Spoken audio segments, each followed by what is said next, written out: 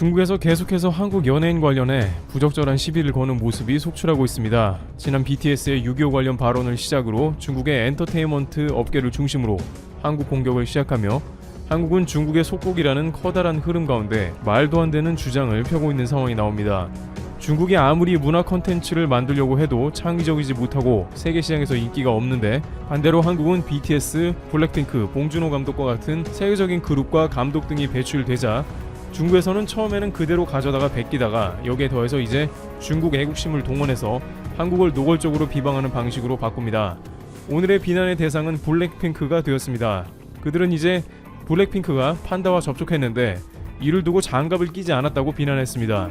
문제는 이것이 역시 중국의 관영신문이 동원되며 국가적으로 한국을 몰아서 비난하는 모습이 나옵니다. 중국 관영신문 글로벌타임스에 따르면 블랙핑크 멤버들이 에버랜드에서 태어난 새끼 판다 푸바오와 2016년 한국에 온 판다 환희를 접촉하는 모습의 영상을 두고 중국 누리꾼의 비난이 빗발쳤습니다.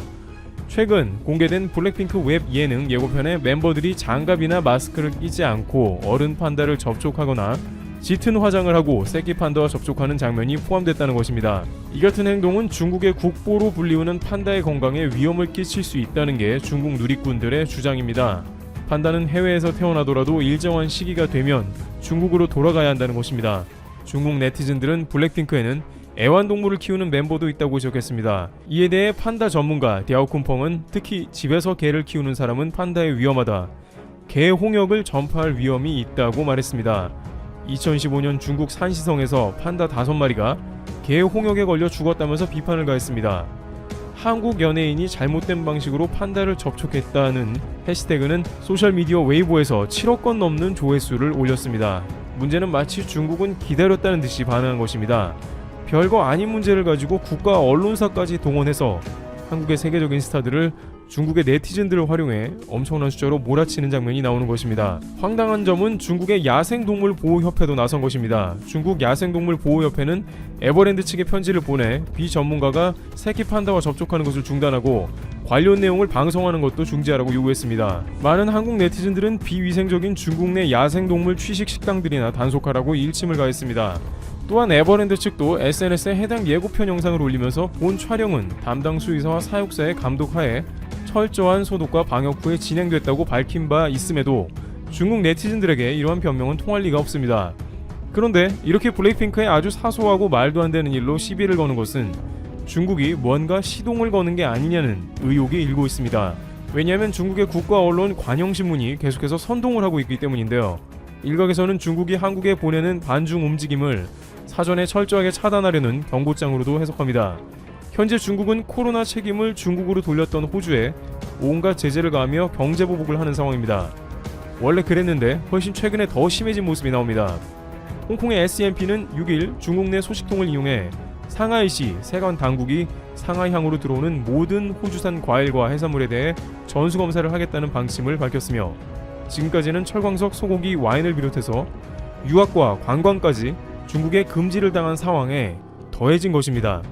여기서도 엿보이는 것은 중국의 시스템으로 관영 매체가 우선 메시지를 띄운 다음에 그 다음 관계당국이 본격적으로 움직인다는 점입니다. 따라서 관영 매체가 한국에 관한 부정적인 메시지를 띄우는 것을 유념해야 하는 것이죠. 즉, 한국에도 비슷한 패턴이 나올 수 있습니다. 아직은 한국의 연예인과 관련된 문제로 크게 문제 삼진 않았으나 슬슬 중국에서 시동을 거는 것처럼 작은 것이라도 중국과 관련된 문제에서도 그냥 넘어가지 않겠다는 운을 띄우고 있습니다.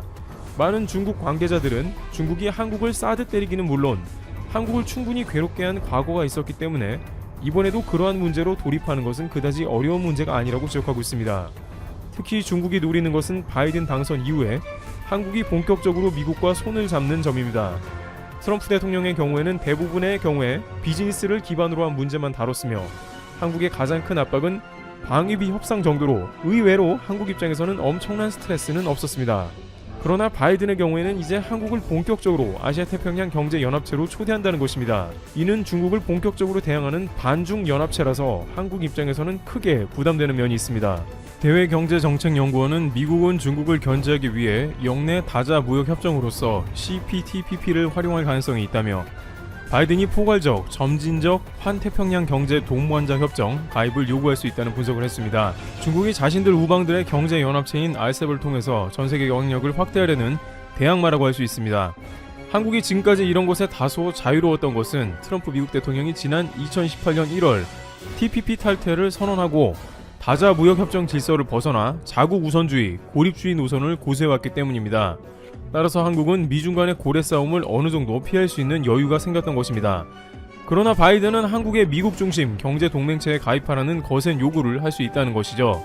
바이든은 오바마 정부 부통령 시절에 한국에 와서 미국 반대 세력에 베팅하는 것은 좋지 않은 생각이라며 직설적으로 중국 쪽에 가면 안 된다고 언급한 바 있습니다. 바로 이와 같은 때 중국은 그 틈을 놓치지 않을 것이란 이야기입니다. 실제 이 문제가 쉽지 않은 것은 미국은 중국을 배제하고 미국 중심의 자동차, 반도체, 의료장비, 첨단 산업 등의 공급망 중심으로 키워나가려고 할 것이며 그 가운데 한국이 중국과 거래가 끊어질 가능성도 있는 것입니다. 따라서 여기까지 놓고 보면 한국은 자칫 선택의 방향에 따라 중국이 또 들고 일어나서 지난 사드처럼 한국의 선택을 강요할 수 있다는 우려가 들며 중국과 관계를 걱정해야 한다는 주장이 나옵니다. 자칫 한국 경제가 가시밭길을 걸을 수 있다는 것입니다. 그러나 이에 관해서 많은 외교 관계자들은 한국이 과거와 같지 않은 위치임을 강조하고 있습니다. 한국의 외교 프로세스나 기술, 접근 방법이 과거보다 훨씬 더 발달했으며 미국과 중국 양쪽 모두가 예전같이 한국을 쉽게 쥐고 흔들지 못할 것이라는 전망을 하고 있습니다. 한국도 외교 역량이 두터워졌다는 것이죠. 실제 일본이 수출 규제를 시행했을 때 한국이 미국의 어필을 강하게 한 장면은 과거와는 판이하게 다른 움직임이었습니다. 여기에 중요한 점은 바이든 정부 역시 오바마와는 다르게 한반도 문제를 전개할 것이라는 전망도 나오고 있습니다. 바이든은 오래전부터 한국에 방한하며 자타가 인정하는 외교 전문가로 알려져 있습니다. 따라서 아베 총리와 장기간 집권을 같이 하며 돈독한 관계를 맺고 한국을 잘 몰랐던 오바마와는 결이 다르다는 것입니다. 결정적으로 트럼프 대통령이 중국 때리기를 했지만 사실상 말로만 중국을 상대했고 무역 부분만 겨냥했지 중국의 핵심 사안을 건드리지 못했고 오히려 중국이 전 세계에서 날뛰는 것을 방조했다는 것은 사실입니다. 중국이 다른 나라의 경제 보복을 하거나 남중국해 등의 패권을 가져가려 할 때 사실상 방치한 모습이 나왔습니다. 한국의 사드나 호주 경제 보복 등에서 미국은 중국의 별다른 조치를 취하지 않고 뒷짐을 지고 있습니다. 중국은 트럼프의 이러한 면을 정확히 알았기 때문에 미중 무역 전쟁을 하면서도 주변국을 괴롭혔습니다. 그러나 바이든은 자신의 선거 유세 기간을 통해서 이러한 트럼프의 면을 계속해서 비판해왔습니다. 그는 트럼프는 깡패와 같은 국가들과 어울렸으며 중국의 세를 오히려 불려놓았다고 비판한 바 있습니다. 또한 트럼프는 동맹국들을 소중히 여기지 않고 약화시켜 중국은 이를 적극 활용했다고 언급했습니다. 특히 한국에 대해서는 트럼프의 갈취를 없앨 것이고 소중한 동맹으로 대할 것임을 강조하기도 했습니다.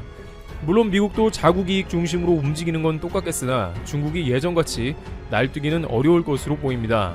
게다가 바이든은 적극적으로 중국의 인권 문제를 비롯해 중국의 핵심 사안을 계속 공격할 것으로 보입니다. 따라서 중국 입장에서는 오히려 바이든 행정부가 트럼프보다 훨씬 까다롭게 느껴질 것이 분명하며 미국의 대중 강경책 역시 트럼프 행정부와 비슷하면서도 오히려 더 보완된 형태를 보일 것으로 관측됩니다. 중국은 지금처럼 주변국의 행패를 부리면 오히려 유럽까지 가세해 고립은 심해지는 국면이 나오고 트럼프와는 전혀 다른 차원으로 자국을 압박하는 연합체들을 만날 수 있다는 전망도 나옵니다. 자칫 한국이 미중 가운데 어렵게 되는 게 아니냐는 이야기도 나옵니다만 한국 입장에서는 국익을 추구하며 미중 간의 강화된 외교 역량으로 묵묵하게 자주 국방력을 키우고 경제력을 강화해야 한다는 것입니다.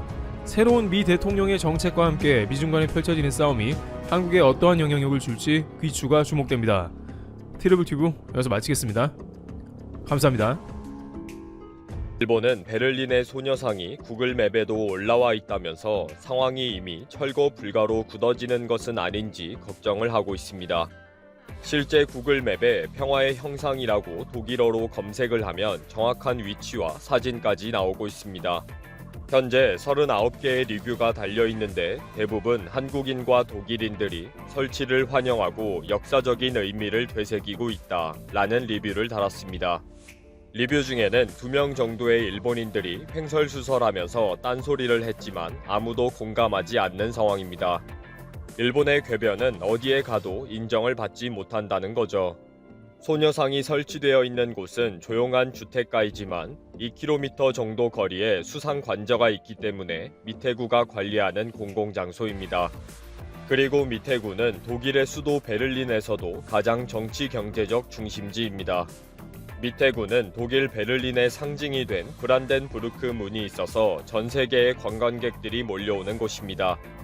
브란덴부르크 문은 베를린 장벽이 완전히 세워지기 전에 서독인과 동독인이 자유롭게 왕래를 하던 문입니다. 그 후 동독이 브란덴부르크 문을 시멘트로 완전히 막았고 베를린 장벽이 무너지면서 다시 복구가 된 의미가 있는 곳입니다. 브란덴부르크 문 주변에는 많은 나라의 독일 주재 대사관이 있습니다. 이렇게 정치 경제적인 중심 지역에 공공장소에 소녀상이 설치되어 있고 일본의 만행이 자세히 설명되어 있는 안내판까지 있는 것입니다. 이런 위치에 소녀상이 설치되어 있다 보니 일본으로서는 상당히 다급해진 상황입니다. 지금도 쉬지 않고 꼼수를 계획하면서 철거를 노리고 있습니다. 일본 의회에서도 주요 사항으로 다루고 있습니다. 28일 자민당과 외무성과의 회의에서 독일 소녀상의 철거는 어떻게 진행이 되고 있는가? 라는 질문이 나왔습니다. 일본 외무성은 동상 철거를 위해서 일본의 각 지자체와 연계하고 있다 라고 밝혔습니다. 외무성은 베를린 미테구의 자매 도시인 도쿄도의 신주쿠 구청을 움직이고 있다고 했습니다. 도쿄도의 신주쿠 요시즈미 게니치 구청장이 베를린 미테구 구청장에게 편지를 보냈다고 합니다. 그 편지 내용은 신주쿠는 미테구와 지역 교류 사업을 적극적으로 추진하고 있다. 이에 많은 일본인들이 참여를 희망하고 있다. 그러나 많은 일본인들이 독일에 갔을 때 일본인에 대한 테러나 차별이 있을 것 같아서 걱정을 하고 있다. 베를린 현지에 있는 일본인들도 소녀상으로 차별을 받고 있다는 소식이 들려오고 있다. 이 문제를 조속히 해결해 줘야 할 것 같다. 양 도시의 상호 유익한 결론이 내려지기를 바란다. 라고 합니다. 그러면서 외무성은 미테구청은 소녀상이 일본을 대상으로 하고 있다는 사실을 처음에는 몰라서 설치한 것 같다. 이제야 상황을 파악하고 한국 민간 단체와 일본 사이에 끼어서 당황해하고 있다. 라고 보고를 했습니다. 베를린의 소녀상이 왜 철거되지 않았는지에 대한 분석을 정치적으로 풀어보는 기사도 올라왔습니다. 일본은 미테구에서 14일까지 철거를 명령했는데 갑자기 철거 보류 결정이 나온 것에 대해 큰 충격을 받았습니다. 그러면서 어떻게 이런 결정이 내려졌는지 정치적으로 해석하면서 앞으로 어떻게 될지를 고민하고 있습니다. 독일 일간지인 노이에스 도이칠란드와 타츠 정도만이 관심을 가지고 있고 유력 일간지 등에서는 소녀상에 대한 기사가 거의 없다 라고 지적합니다. 그러면서 소녀상은 정치적인 관계에 의해 만들어진 것이기 때문에 유력 일간지는 크게 평가하지 않는다 라고 결론을 내리는 것입니다. 24일자 노이에스 도이칠란드 기사는 소녀상은 2차 세계대전 당시 성노예를 당한 여성을 기리는 것이다. 전쟁에서의 성폭력에 대한 심층적인 논의가 현재 얼마나 필요한지를 보여주고 있다. 독일의 소녀상을 영구적으로 둘 장소는 꼭 필요하다 라고 지적했습니다. 이런 기사의 내용과는 관계없이 이상하게 갖다 붙이는 기사를 작성한 것입니다. 이 기사는 더 나아가서 슈레더 전 총리가 속한 독일 사회민주당이 한국 단체와 친한 사이이고 3인당은 녹색당과 한때 연립정부를 구성한 적이 있다. 그리고 미테구청장이 녹색당 출신이다 라고 지적합니다. 일본은 소녀상이 이렇게 정치적으로 얽히고 설켜서 만들어진 것이라고 소설을 쓰고 싶은 것입니다. 소녀상이 정치적으로 얽혀 있어서 철거가 쉽지 않다고 폄하를 하고 싶은 것입니다. 그러면서 한국은 정치적인 의도로 소녀상을 설치했고 한국은 끊임없이 사과를 요구하고 있다고 비난합니다. 일본은 항상 일본은 한국에 끊임없이 사과를 했다 라고 핑계를 댑니다. 이런 일본의 행태에 대해 최근 뉴스위크 일본어판에 따끔하게 지적하는 명문의 칼럼이 게재되었습니다. 이 칼럼을 쓴 제니퍼 린드 교수는 전쟁 기억과 국제적인 화해라는 주제를 전공한 세계적인 학자입니다. 제니퍼 린드 교수는 일본인들은 도대체 한국에게 언제까지 사과를 해야 하는가 라고 불평을 많이 한다고 지적합니다. 영원히 사과를 할 수 없지 않느냐 라는 식이라는 거죠. 그리고 독일과 일본을 비교하는 것을 불편하게 생각하고 독일 총리가 유대인에게 끝도 없이 무릎을 꿇는 것도 보기 싫어한다는 것입니다. 일본인들은 내심 독일처럼 저렇게 계속 사과하는 것은 정말 싫다 라는 상식을 가지고 있는데 이것은 완전히 잘못된 생각이라고 지적하고 있습니다. 도리어 제니퍼 교수가 지적하는 것은 독일은 전쟁 이후에 유럽의 다른 나라들과 정치 군사적 동맹 관계를 새로 맺고 유럽 통합을 궤도에 올려놓기 위해 철저하게 자신들의 전쟁 범죄를 인정했다는 것입니다. 결국 가장 중요한 것은 과거 사실에 대한 진정성 있는 인정이 필요하다는 것입니다. 제니퍼 교수는 일본은 위안부 문제에 대한 일본 정부와 일본군의 관여를 인정한 1993년 고노 담화를 통해 진실에 접근하기도 했지만 아베 정권이 이 고노 담화를 거부하면서 진실을 거부했다고 지적합니다. 그리고 아베는 2013년 야스쿠니 신사에 전격 참배하면서 전쟁 범죄를 미화시키는 결정을 해서 피해 국가를 화나게 했다고 비판합니다. 결국 일본인들이 초점을 맞춰야 하는 것은 사과를 또 해야 하느냐 하는 문제가 아니라 과거의 전쟁 범죄를 진정으로 인정하고 역사적인 사실을 바르게 가르치는 것이 중요하다고 지적합니다. 그렇게 일본인이 한국인의 고통을 이해해야만 진정성 있는 사과가 의미 있다 라고 결론을 내렸습니다. 정말 깔끔하고 명백한 칼럼입니다. 이런 칼럼이 야후 재팬에 그대로 올라왔는데 반박 불가 칼럼에 수많은 댓글이 붙을 정도로 큰 관심을 보였는데 일본인들의 반응은 어이가 없을 정도입니다. 그러면 한국에게 또 사과를 하라는 말인가? 서로 싫어하니까 관계를 빨리 끊자. 사실을 인정하지 않는 것은 한국이다. 이 작가는 한국에 감동받은 인물인가? 모든 내용이 날조된 정보뿐이다. 독일과 일본은 다르다. 일본은 영토 확장을 위한 전쟁이 아니라 주권을 지키기 위한 투쟁이었다. 위안부와 징용공은 거짓이고 난징 사건은 창작이다. 소기의 경일기라는 말이 생각날 정도로 제대로 이해하고 초점을 맞춘 댓글을 찾아볼 수가 없을 정도로 모두 횡설수설하고 있습니다. 일본은 바른 역사 교육을 하지 않는 이상 일본인들의 역사의식이 바르게 될 가능성은 아예 없는 것 같습니다. 그냥 갈라파고스 그대로 사라질 것입니다.